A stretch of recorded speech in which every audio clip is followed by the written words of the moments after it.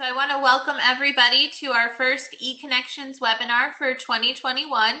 My name is Alexandria Hombacher, and I'm the manager of the Education and Museum Outreach Department here at the Cleveland Fed. And today I'm going to be serving as one of your hosts. Joining me in my hosting duties is Graham Long, who is the Economic Education Manager at the New York Fed. And Graham is going to be facilitating our Q&A session later on in the program. So for those who are joining us for the first time, the Cleveland Fed's Classroom eConnections webinar series allows educators from across the country to connect with economic and personal finance education experts from across the Federal Reserve System to hear about and discuss content and materials for improving classroom instruction. The session topics vary and are of interest to both K-12 educators and administrators. All sessions are free, but we do require registration in advance. So before we get started, I do have a few housekeeping measures. As I mentioned already, at the end of today's presentation, we're going to open it up for a Q&A with our audience. So if you would like to ask a question of our presenters, please write it in the chat. Graham is going to be gathering up all of those questions, so he'll be able to ask them during that time. Also, we have Leslie Mace, who is the Senior Outreach Advisor from the Atlanta Fed, who is going to be posting relevant links in the chat. So make sure that you're keeping an eye out for those. And with that, I would like to introduce today's presenters. We have Sarah Gunn, who is the Economic Education Director at the Richmond Fed, and Chris Bertelsen, who is the Senior Economic Education Specialist at the St. Louis Fed. And today they're going to be presenting on college, career, entrepreneurship, and workforce skills resources for your classroom. And then finally, the last thing that I want to mention is our Fed disclaimer, that the views expressed in this webinar are those of the presenters and not necessarily the views of the Federal Reserve Banks of Atlanta, Richmond, St. Louis, Philadelphia, or the Federal Reserve System. And with that, I'm going to turn it over to Sarah to kick off today's presentation. Thanks so much. So before we start sharing our resources on the topics today, I wanted to let you know the two places you can go to find all of the resources from the Federal Reserve System to help in your classroom, federalreserveeducation.org and Econ Lowdown. I'm going to start by talking through some of the features of federalreserveeducation.org, and this is important because we're really only going to scratch the surface of the resources available even on the topics we're sharing today, so feel free to go check out the other resources available. federalreserveeducation.org, you can search for resources two ways, using the search bar or by clicking the resources by audience at the top. You can also click the box for virtual learning opportunities in the middle to see a list of all of the webinars being offered by all of the Federal Reserve Banks and the Board of Governors. And you can also order print publications from the Federal Reserve Banks by clicking that Order Publications link. I'm going to turn it over to Chris for a second to share a little bit more about Econ Lowdown.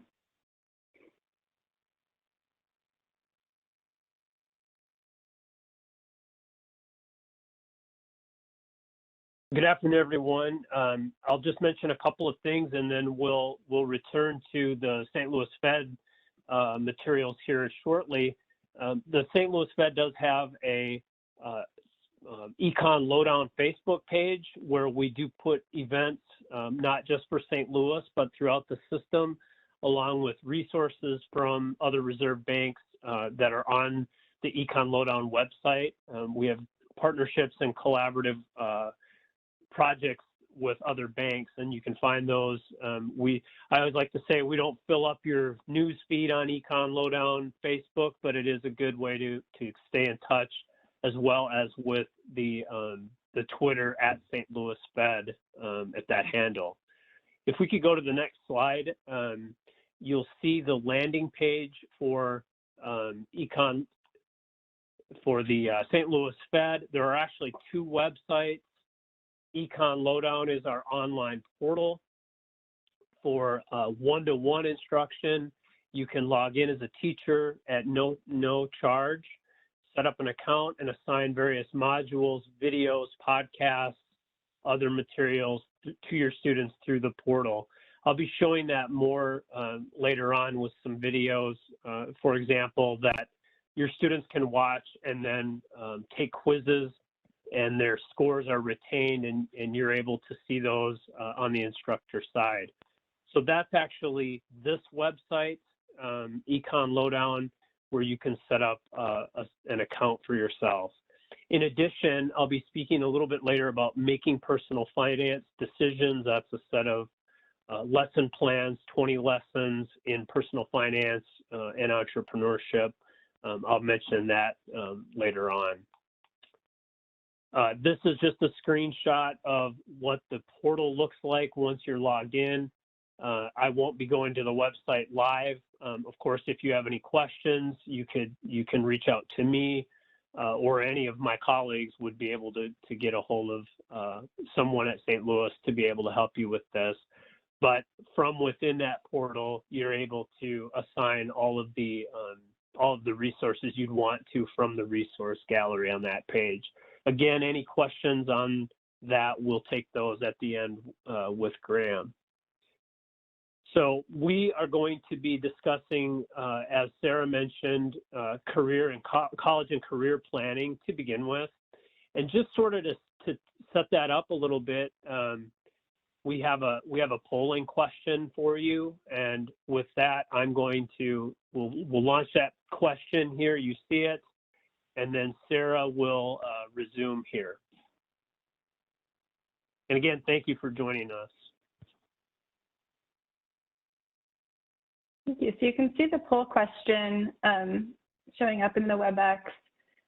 I'll read it aloud. When did you decide to pursue the career that you are currently in? A, before or during elementary school, B, while in middle or high school, C, while in college, or D, after graduating from college. And be sure once you've selected your answer that you hit the submit button so we can record your response.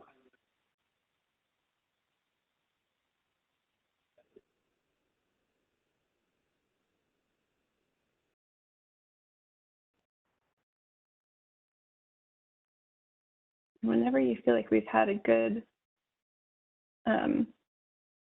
response, we want to go ahead and close that out. This poll question is really to indicate that while we want to prepare high school students for making this decision, perhaps they're not choosing what their lifelong career or college plan is going to be, but we really want to give them the tools and the content knowledge that they'll need so that they can make this decision, while they're in high school, but then reevaluate their choices later in life, so that they, can adjust as their situation changes. And you can see in the poll results that really kind of bears it out, that 21% were really making the decision, while in college, and a full third, didn't make the decision until after graduating from college. So we don't expect that to be different for the current high schoolers, but we really want to make sure that they have the information they need to reevaluate over time. If we could move to the next slide.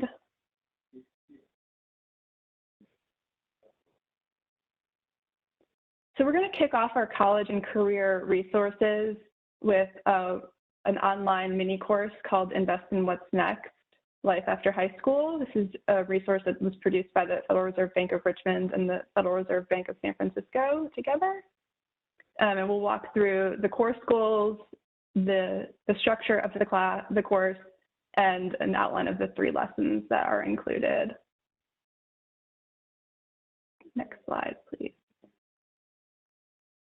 So the course goals for Invest in What's Next are to really help students learn this content knowledge and the skills that they need in the context, the economics and personal finance knowledge, in the context of their first major financial decision that they'll make, which is what to do after high school. And we really want to expose students to the range of options that are available for them, certificate, associate's, and bachelor's degree programs included. Next slide. So Invest in What's Next is made up of 3 sequential lessons that each require about 45 to 60 minutes of course time. There are formative assessments throughout and optional homework assignments.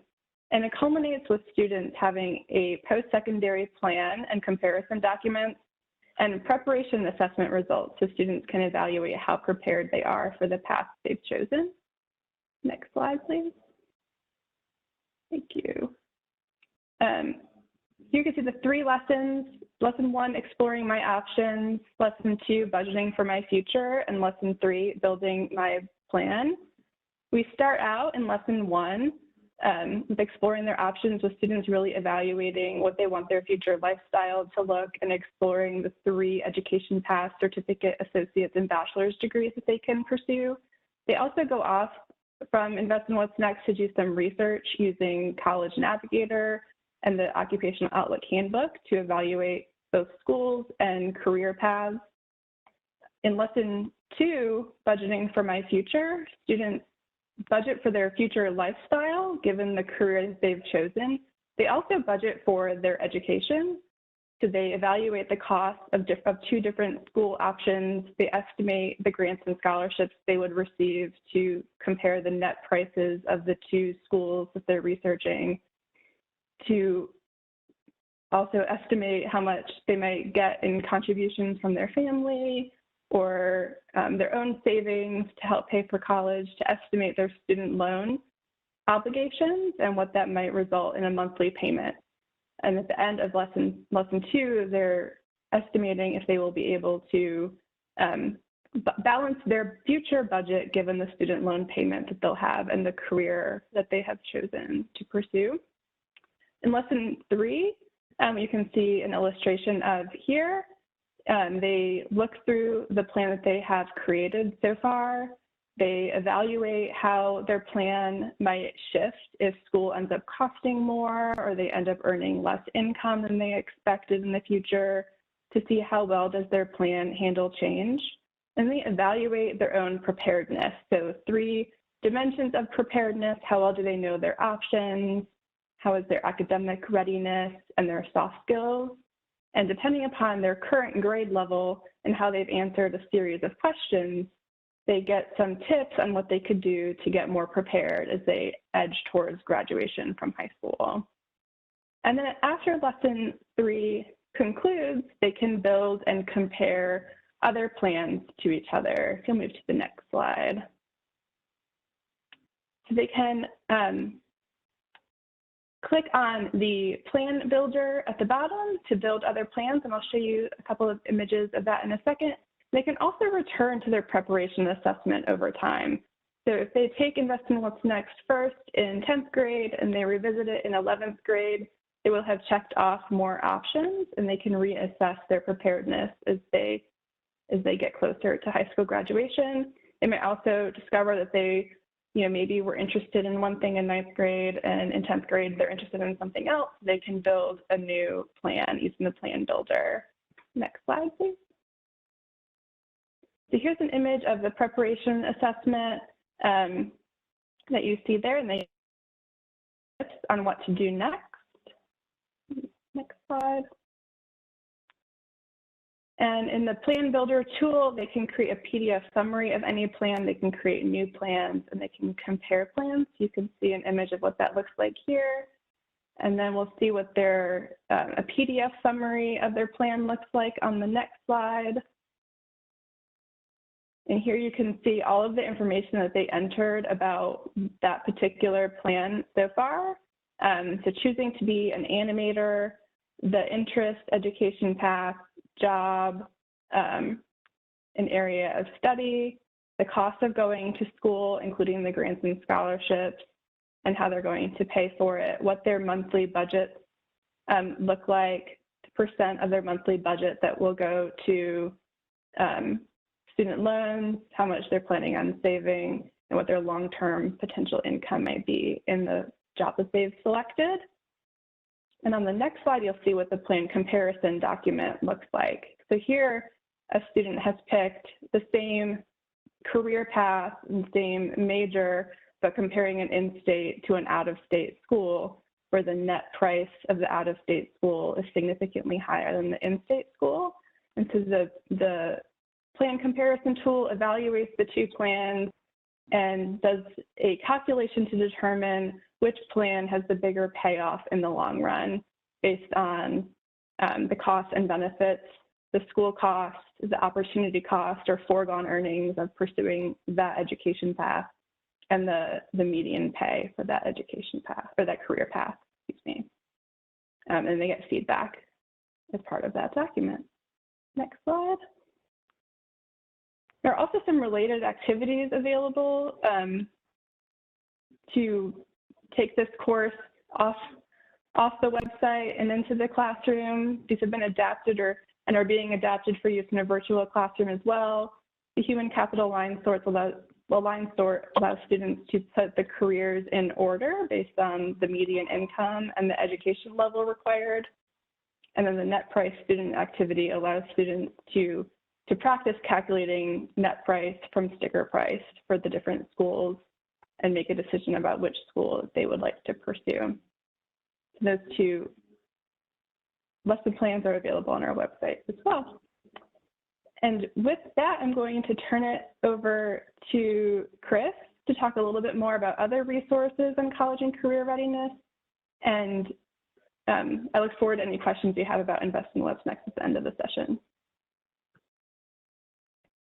Okay, thank you very much, Sarah. As we kind of resume here, or I resume, I just want to point out a couple of things. First of all, thank you to those of you who have attended eConnections webinars in the past. We really appreciate that. And I want to say a special thank you to the folks in Cleveland for helping us get all of the technology together tonight. New York, Atlanta, my colleagues in Dallas, and Philadelphia. I'm going to be talking about some Philadelphia and Kansas City resources tonight. I see my colleague, our colleague, Todd Zartman is on our call today. So if you have questions about Philadelphia stuff, he's the man to reach out to. I do, in full disclosure, I did go to school at the University of Delaware for my master's program. And I actually, if you Philly folks are on here, I did buy a tie over by the Liberty Bell. And so I put that on tonight. I'm a social studies teacher at heart. So anyway, we'll have some entrepreneurial spirit with the Ben Franklin material I'm about to show you. So I'm kicking this off with Dallas. First of all, Invest in What's Next is excellent. Students get their own login. I think Sarah mentioned that, but it's really nice because it saves all their stuff for them. They can come back in and out whenever they want. Navigate is a similar resource available online at Dallas. You can also get booklets for each student, their color, and broken into units of exploring careers, college, costs, things like that, geared more toward middle school age students. But Navigate, again, Dallas will be happy to work with you on those. We will be sending a list of all the resources and where to get them, so please don't frantically write. We'll get that to you too. Some things with workplace readiness as we go around and do events. Well, we used to go around, now we do them online, but one of the things that my colleagues and I hear a lot about are these workplace readiness, and the buzzword is soft skills, and we hear a lot about that these days. And so we've picked out a few resources to share with you in that space as well. One of those is a page 1 economics focus on finance that we have at St. Louis on soft skills.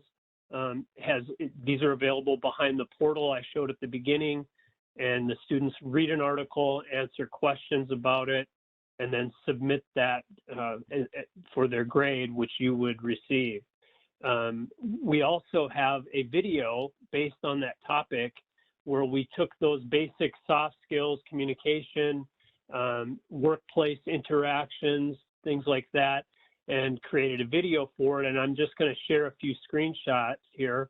But what the students would do is log in, watch the video, and answer questions based on what they observe.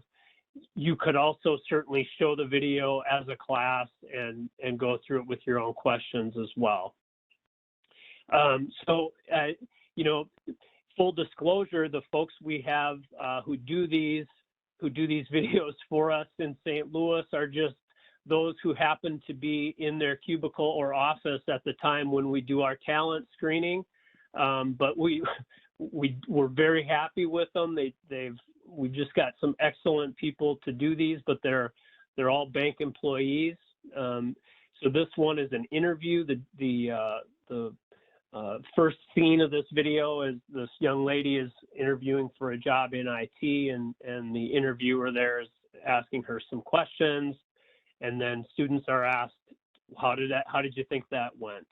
The next part of this I'd like to show you is just dressing for success, dressing for an interview. You know, what to wear matters, and we kind of go through the proper attire for an interview for depending on the job, right? Communication, we touch upon that in the video. This worker is typing up an email, hoping to help students differentiate between, you know, texting or shorthand with friends versus communication in a workplace. So there's several scenarios throughout the video like that. Work ethic, we touch on that in where the boss here catches her employee not really on task. And so just another example of workplace etiquette and behavior. And there are some others as well. So just following up with some of those soft skills that I think it's good to touch on with students, and they tie in nicely with the career planning and college planning material. We're going to shift gears a little bit now to entrepreneurship, which is getting a lot of attention these days. You know,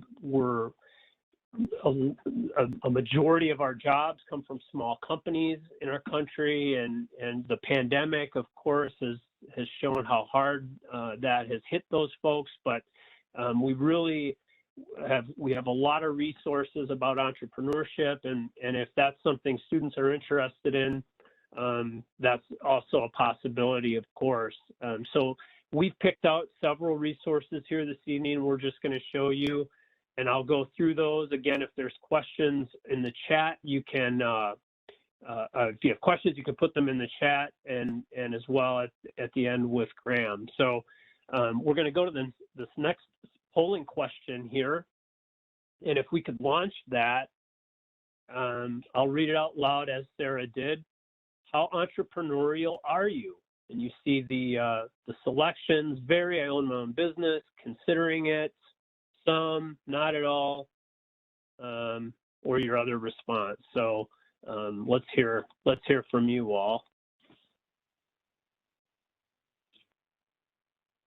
You know, I know that when I taught, I also umpired 150 baseball games a year. So I don't know if that was entrepreneurial or not, but it certainly had other things going too. So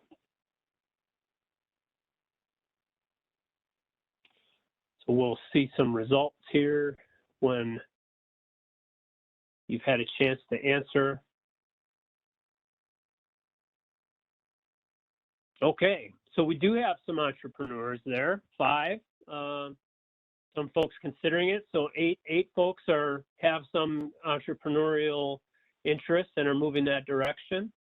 And some are not at all. You know, I would say, like, if I were not entrepreneurial at all, I would probably select a job that had, you know, a lot of security. And the thing is, our students may or may not know if they're entrepreneurial. Some kids you wouldn't think would open a business. They really are risk takers, right? We just don't know until we help them explore that a little bit. So I think some of the resources we have here will help you at least have them dabble in that a little bit. So The first thing I wanted to show you is the making personal finance decisions that I mentioned earlier. This is actually a paper booklet of 20 lessons, and one of the lesson plans in there is entrepreneurship, creating your own job, and you can download it on a PDF file if you want to, and if we ever do get back in person and you see me at an event, I'll get you one. But you can get it online as well. But it just takes students through an introduction to working for oneself. So that lesson, again, is one of the lessons in making personal finance decisions. We have a couple of others in St. Louis, and then I'll shift over to some other banks. One lesson is Lawn Boy, if you're familiar with the Gary Paulson book. It's a children's literature book where this young kid gets a lawnmower from his grandma and starts a business, and he ends up investing in tech stocks and managing a boxer. It's just really a crazy story. But we do have a set of lesson plans to teach some economics and entrepreneurship within using Lawn Boy as the lesson, or as the book to relate to. One thing I always did is I read to students. I taught an entrepreneurship course for juniors and seniors, and I used this book, actually read it to them. We took about 15 minutes a day out of our block, and I read to the students, and it was always fun to see these, 17, 18-year-old kids with story time with Mr. B. They really, it's like an audio book. Everybody likes to be read to, I guess. The other lesson we have that's related to children's literature, or uses it, is a book called Worth, and it's really a lesson about banking, risk and return, risk and reward. But that has some entrepreneurship connections to it as well.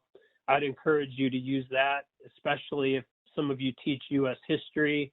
This book takes place in the mid-1800s, so it'd be a nice way to tie in some economics and entrepreneurship within your history courses. Again, any questions on this material, let me know. We're going to look at some Philadelphia stuff now. The two lessons, or it's actually one lesson from our website, and then the publication is from the Philadelphia Fed, which you can order. If you don't have this publication, you could use it in history classes. You could use it in economics. Lots of different applications. It's really a beautifully done book, color. Really a nice piece of material for lots of different purposes. And I think it coincides nicely with our lesson plan, Ben Franklin highlighting the printer, which is, it underscores Ben Franklin's entrepreneurial endeavors. And so students really get a look at Franklin's work as an entrepreneur, not just in the political sense. So it's really those two pair well together. I think they're a good addition to, as I mentioned, U.S. history, economics, and so forth. A lot of people, you probably know this, but Ben Franklin was, dabbled in a lot of anti-counterfeiting, printing. He used leaves.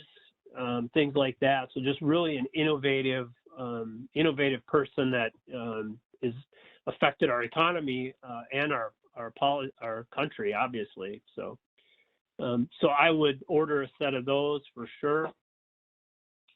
The Federal Reserve Bank of Dallas has some publications I'd recommend in addition to the Navigate material we talked about earlier.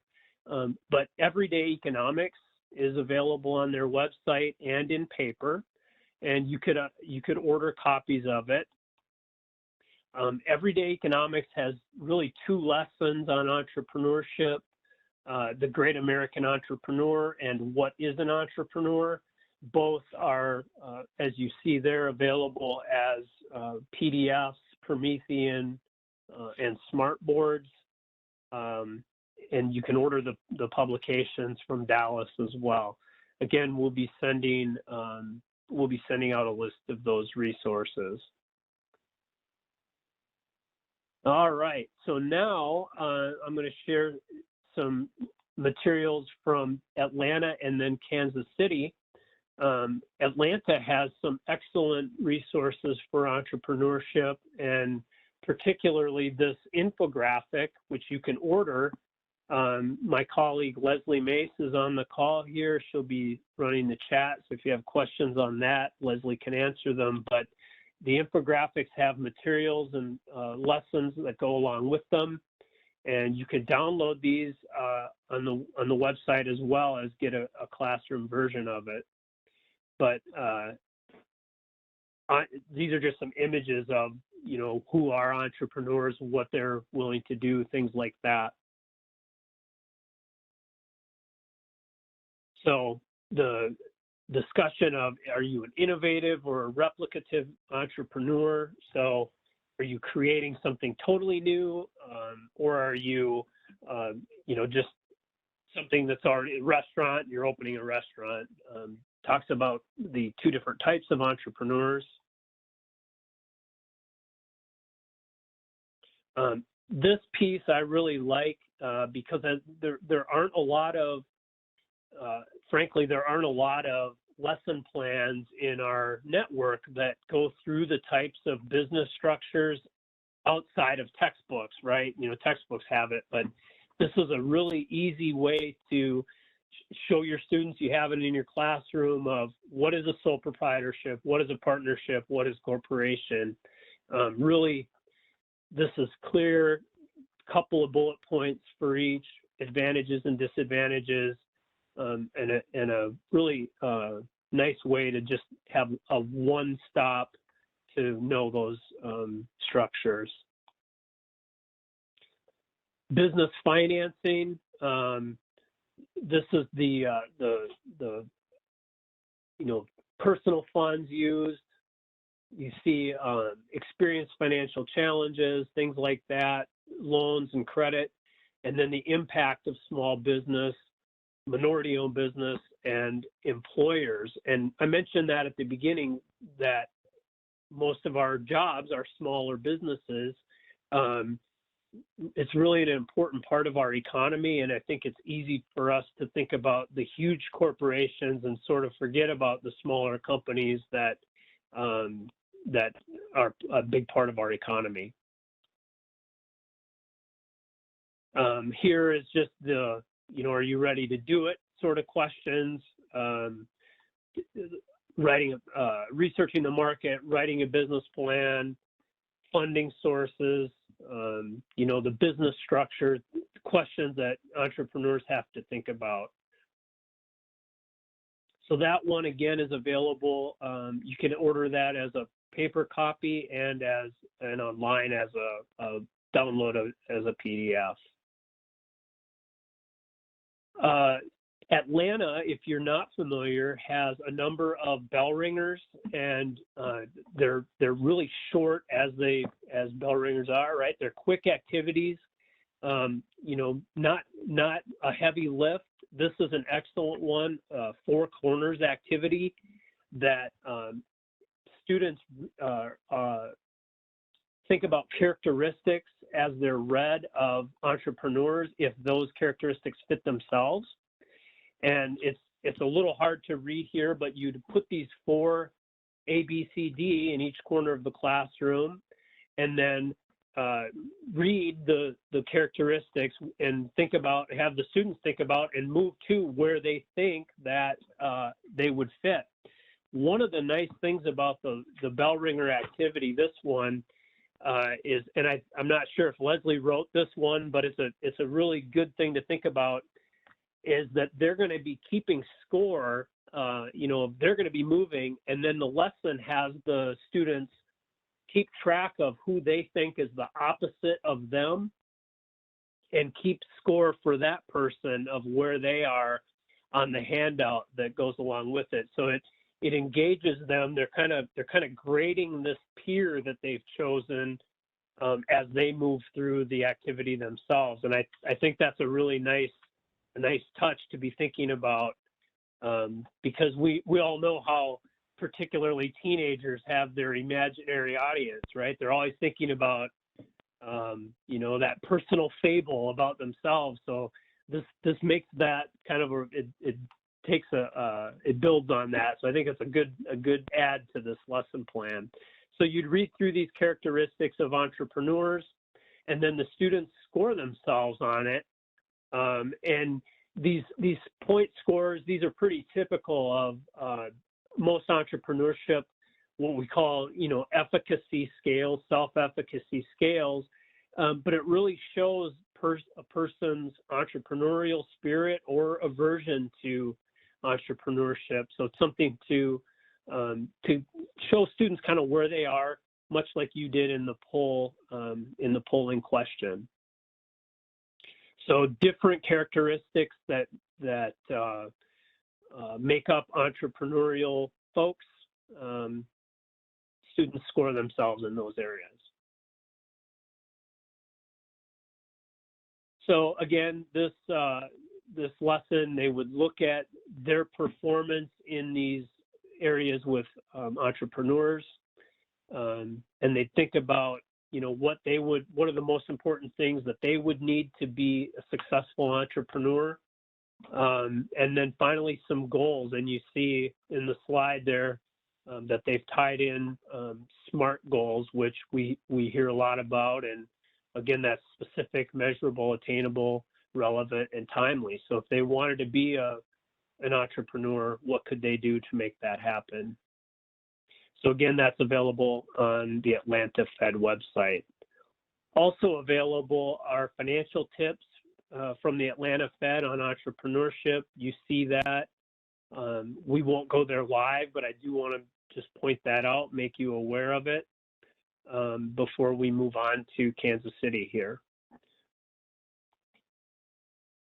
Kansas City is, they have a lot of entrepreneurship resources. If you're familiar with the Kauffman Foundation, the Kauffman Foundation does a lot of research in entrepreneurship, promotes a lot of entrepreneurship in Kansas City, and has a very strong relationship with not only the business community, but the Kansas City Fed. And so Kansas City has a lot of entrepreneurship resources and research that we'll share here coming up.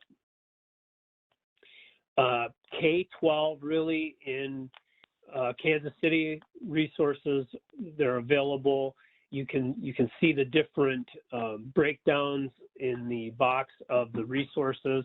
The first place I'm going to start are with some elementary lessons that use entrepreneurship, use children's literature for entrepreneurship purposes, and then I'll share a couple of things for older students in a moment.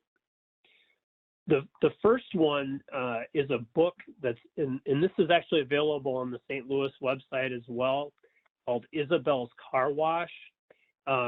It's by Sheila Bair, and if that name's familiar, it's because she was the former chair of the FDIC, and so she wrote this children's literature book, Isabel's Car Wash, and there's a lesson plan that goes along with it that teaches about different entrepreneurship concepts such as loss, profit, risk, taxes, things like that. That lesson plan is for approximately grades 4 through 8. I always like to say that your students. If you take a look at it and think your ninth graders would benefit from it, you know them. So we just kind of try to make our best guess. So, but Isabel's Car Wash is a great lesson. The next one that I'll mention is 22 Cents. This is the story of Muhammad Yunus, the founder of the Grameen Bank, which is this is an excellent lesson plan. It's really about about micro lending. Conceptually, I'm sure you're familiar, but if you're not, it's very small loans, particularly to female entrepreneurs that helped them get their businesses started, and frankly help them out of poverty.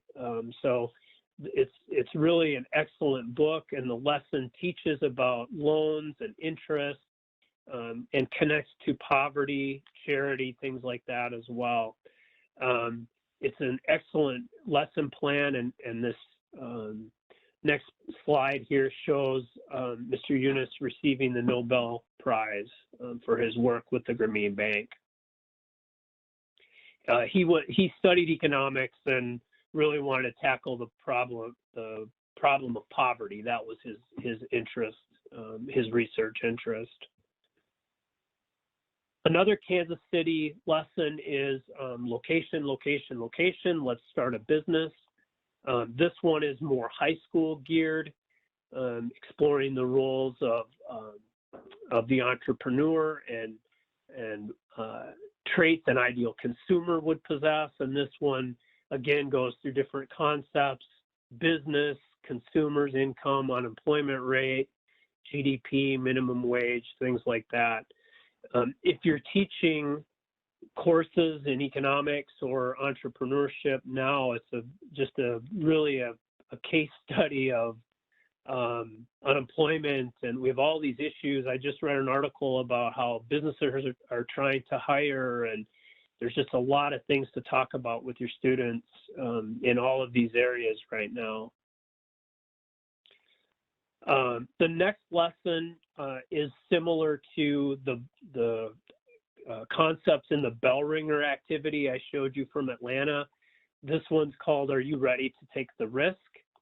And it's similar to in Atlanta's lesson, in that it's looking at risk aversion and things like that. So characteristics of entrepreneurship, of entrepreneurs, and has also a self-assessment. And these are always kind of fun to do for students. I think they like to learn about these characteristics of themselves, and some of them can, if they're honest with themselves, maybe learn some things about, well, I thought I'd like this, but I really don't.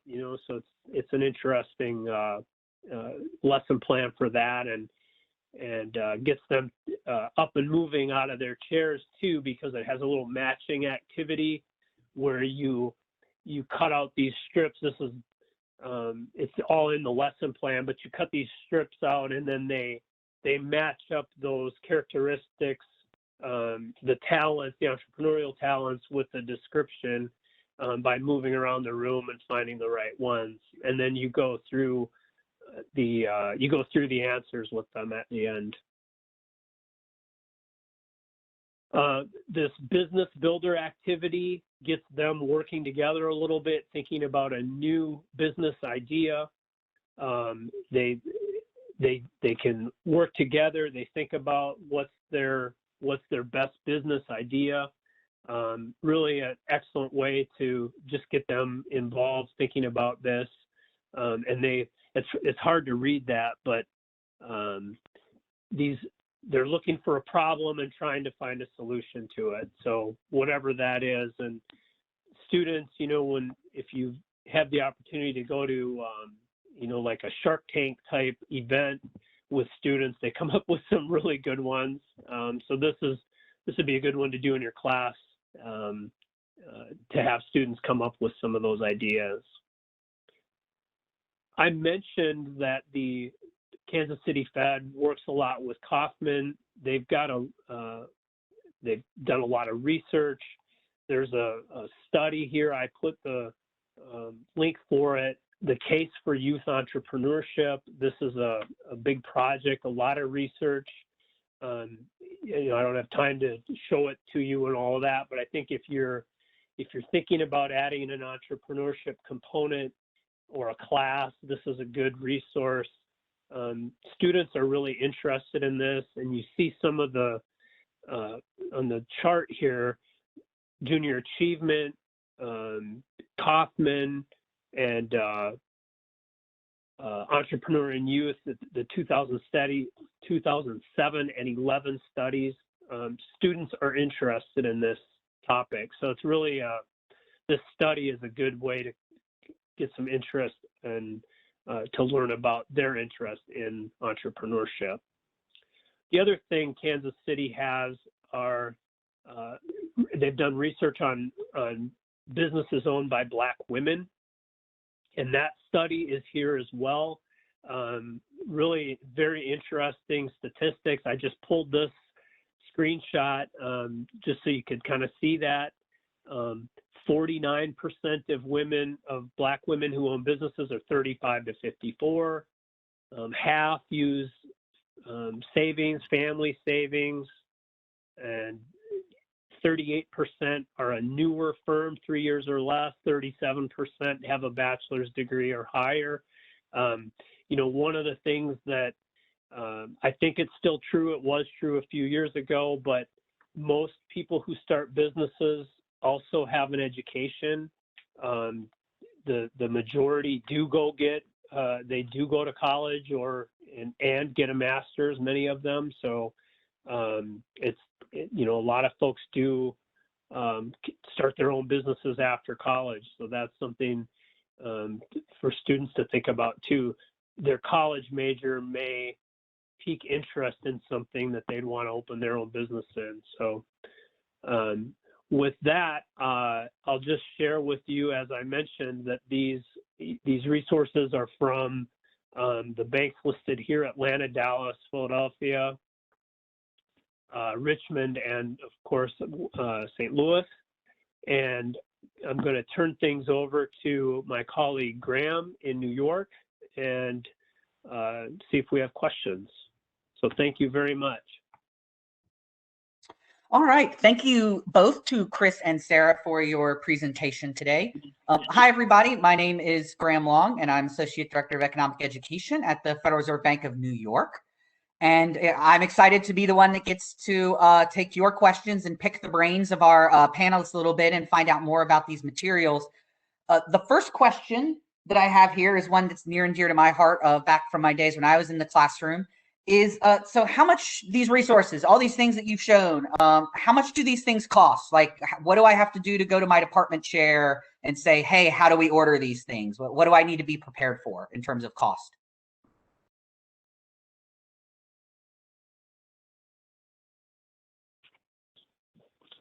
Well, so Sarah, you can take this one if you want, but otherwise I can. I'm happy to take this one, Chris. Yeah, why don't you? This is the best news we want to share with everybody, that all of the resources that Chris and I shared today, and along with all of the other resources from the other Federal Reserve banks and the board, are available for free at no cost, including the print resources that we can ship to you at your school.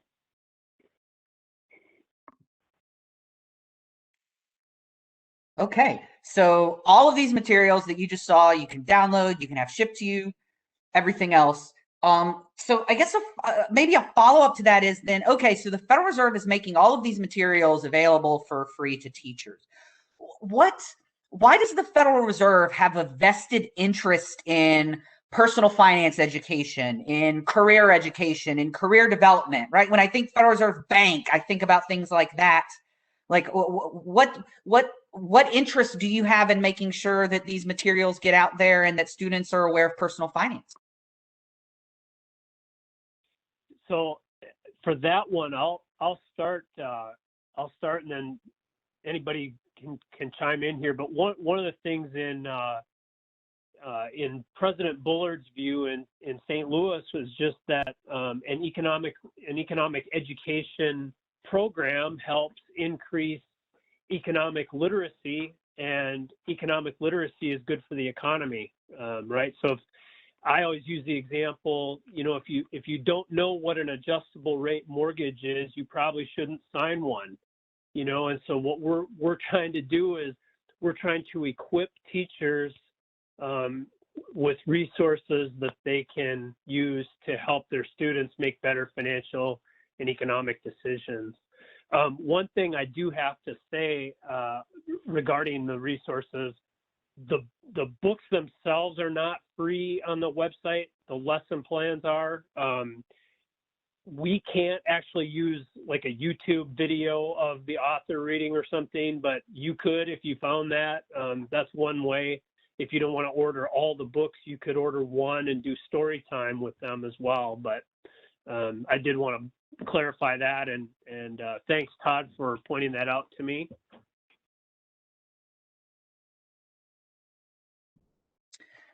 Okay, so this question, and maybe Sarah, I'll direct this one at you, although certainly Chris, if you want to chime in, feel free.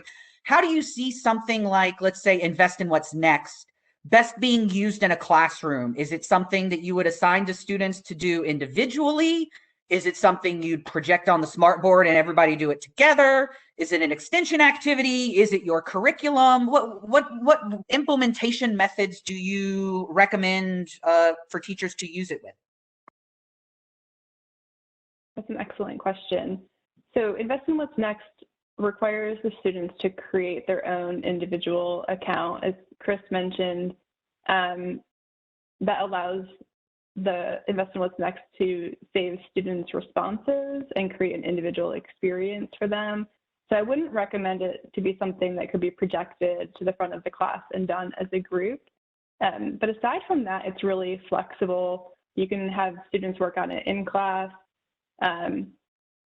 during the day, and do some assignments, outside of class, do more research, or you could really assign it as homework and spend the class time having a deep discussion and debriefing the students' research that they've done on their own time.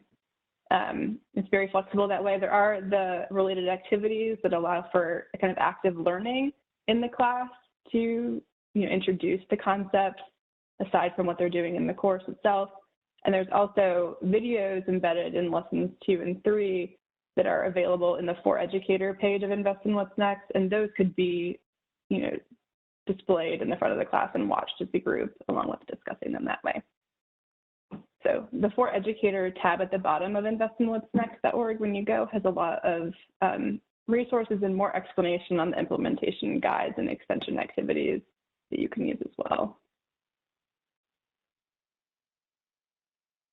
Awesome. Thank you for that insight into, how we can use it, right? If you're boots on the ground, what's the best way that you're going to be able to do Invest in What's Next?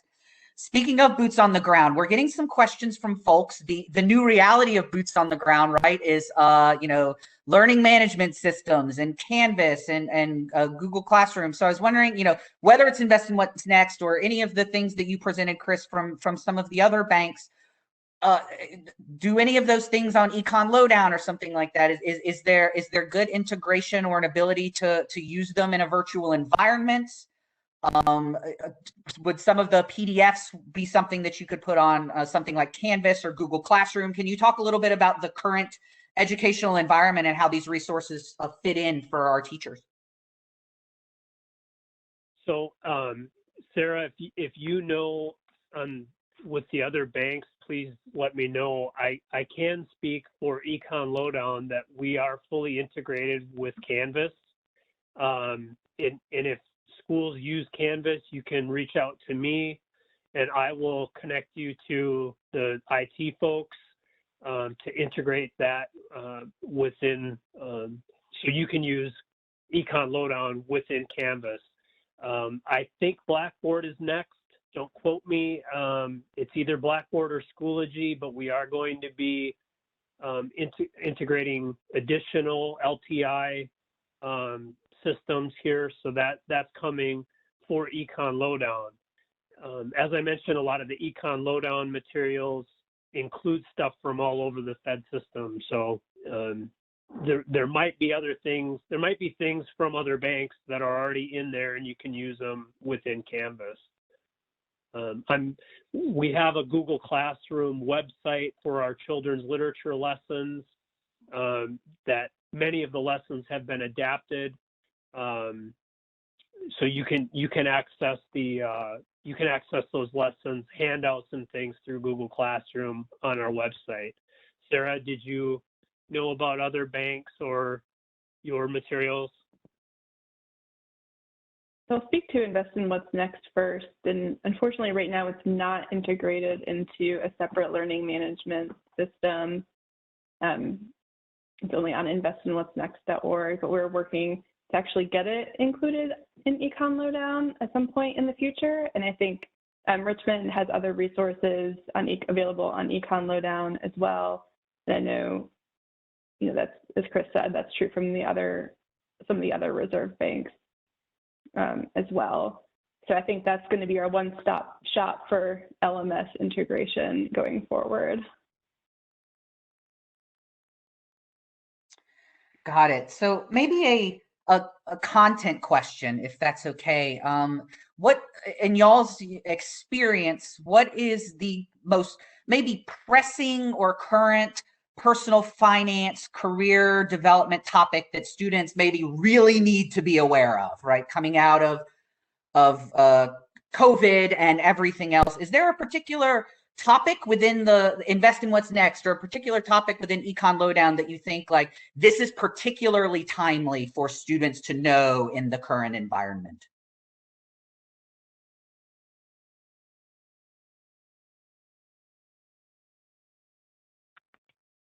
Sarah, you can go first.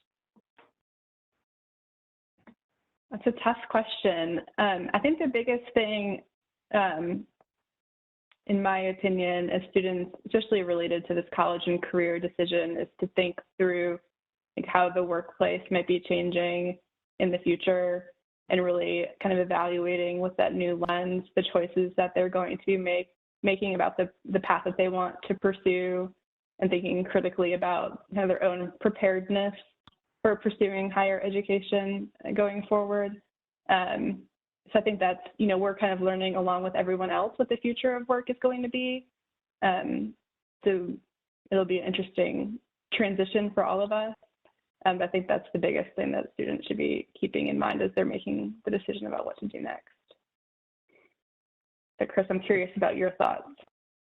Well, I think my idea is kind of related to yours in that I think the students should always be building their human capital, and I would add to that they need to be teachable. I think we have to stay teachable. I think that's really important, and we don't know what's coming next. I mean, we went to our offices a year ago and they said, "You're not coming back. We don't know when you're coming back." So we got to be willing to learn, like all this Zoom and WebEx. We got to be teachable. So anyway. No, flexibility is an incredibly important soft skill, and like any skill, it has to be learned and developed, right? So I think we've all been able to do that in real time. And with that, speaking of time, we are right at time. But what I want to leave everybody with before everybody goes signing out, and in a way it was a perfect way to end, was our next eConnections is all about opportunity occupations and pathways to success. So that we hope that everybody here will join us on Wednesday, June 2nd from 3:30 to 4:30 p.m. Central Time to learn a little bit about these opportunity occupations, learn about some pathways to success, think about what that post-COVID road kind of looks like and what those soft skills look like. And we'll have our team of experts will be able to empower you with resources to be able to empower your students to think about those things. So we want to thank all of you for joining us here today. We know the opportunity cost of your time is very high, and the fact that you've chosen to spend it with us is incredibly meaningful. And thank you all so much for all that you do for your students, and we hope to see you next time. Bye-bye.